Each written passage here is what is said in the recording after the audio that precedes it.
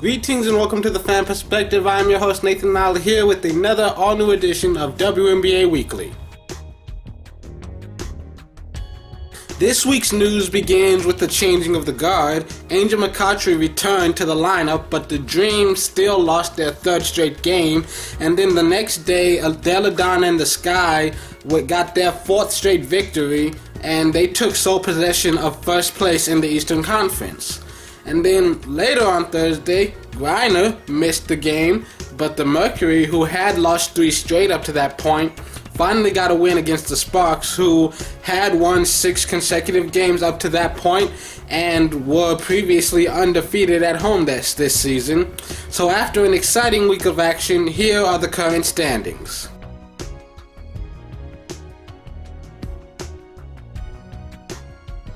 And now, what you all came here for, during the Sparks-Mercury game, they announced the starters for the WNBA 2013 All-Star Game.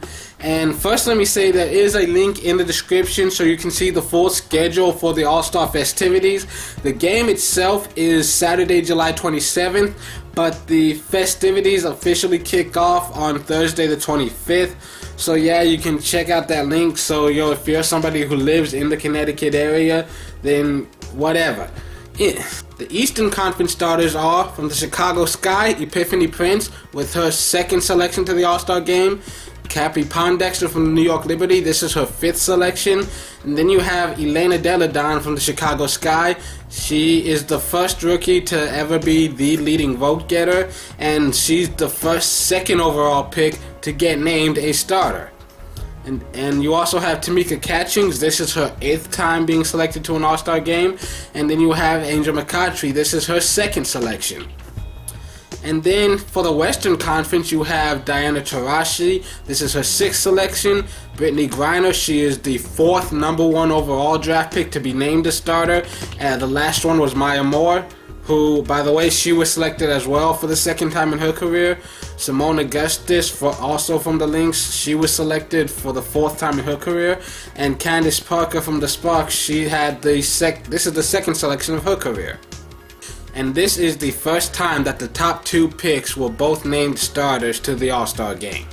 Now that we've got that out of the way, I'm going to take a quick detour just to inform you that, during the All-Star break, mid-season power rankings, I'm going to upload a video about that. And I'm also going to upload videos with early nominations for the Fan Awards.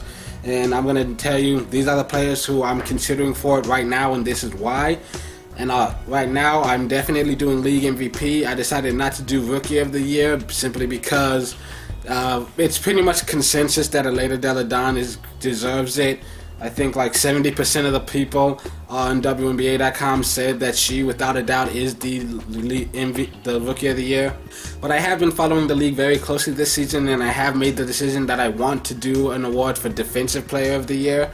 So I'll have a video for that with some of my nominations. So you can watch those videos and tell me who you agree with and who you disagree with and why. That's the most important part. Tell me why. So anyways, now that we're done with that, let's talk about a few games to look forward to this coming weekend. We've got a full slate of games over the weekend, none of them being broadcast nationally, so you can check your local listings, or as always, you can catch every single game on WNBA Live Access. On Friday, you've got Washington at Indiana. Tamika Catchings and the Rejuvenated Fever host Crystal Langhorne and the Mystics. This game begins at 7 p.m. Eastern Standard Time. My preview is that the Mystics have been on a roll lately, but the Fever have been getting healthier, and with Tamika Catchings giving MVP performances, I have trouble picking against them. Then you've got Minnesota at San Antonio. Lindsay Whalen leads the Lynx into San Antonio to take on Danielle Robinson and the Silver Stars. This game begins at 8 p.m. Eastern Standard Time. My preview is that the Lynx have been the top team in the West all season, while the Stars have struggled for most of the year, so I really don't expect this to be much of a contest. Then you've got Connecticut at Tulsa. Tina Charles and the Sun head into Tulsa to take on Skylar Diggins and the Shock. This game begins at 8 p.m. Eastern Standard Time.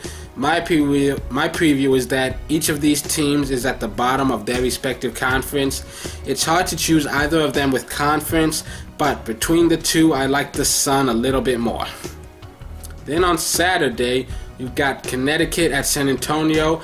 two teams playing back-to-back as the Stars host the Sun. This game begins at 8 p.m. Eastern Standard Time, and my preview is that both of these teams are playing in the second night of a back-to-back, and for me, the biggest difference in this game is that the Silver Stars, they have stayed in home. They've been at home for a while because they haven't played a game in a few nights, and they're going to be at home for both of these games, whereas Connecticut, they'll be on the road for both of them, first in Tulsa and then the very next night in San Antonio. That could play a factor, so I wouldn't be surprised really either way. Then you've got New York at Chicago. Cappy Pondexter and the Liberty head into Chicago to take on Elena Delle Donne and the Sky. This game begins at 8 p.m. Eastern Standard Time, and my preview is that Chicago has taken over as the top team in the league, and I have no problem rooting for them. And next you've got Los Angeles at Seattle. Candace Parker leads the Sparks into Seattle to take on Tina Thompson and the Storm. This game begins at 10 p.m. Eastern Standard Time. My preview is that both of these teams are looking to bounce back from losses, but I feel so much more confident in the Sparks at this point in the season. And then at Sunday, you've got Indiana at Washington. Tamika Catchings leads the Fever into Washington to take on the Mystics. This game starts at 4 p.m. Eastern Standard Time. My preview is that 2 days later, these teams meet again, and I honestly have no idea what to expect. Next, you've got Atlanta at Tulsa. Angel McCoughtry leads the Dream into Tulsa to take on Skylar Diggins and the Shock. This game begins at 4:30 p.m. Eastern Standard Time. My preview is that the Dream have been on a skid lately, but against the Shock, I think they have a pretty decent chance of turning that around. And then you've got Minnesota at Phoenix. Maya Moore and the Lynx head into Phoenix to take on Diana Taurasi and the Mercury. This game begins at 6 p.m. Eastern Standard Time. My preview is that Phoenix has had its up and downs, and I have no idea which Phoenix team we'll see, so I really have no clue who will come out on top in this matchup. I just don't. Well, that's it for today. Tune in on Monday for another all-new edition of WNBA Weekly, and until then, this has been The Fan Perspective. I'm your host, Nathan Lyle. Have a good weekend.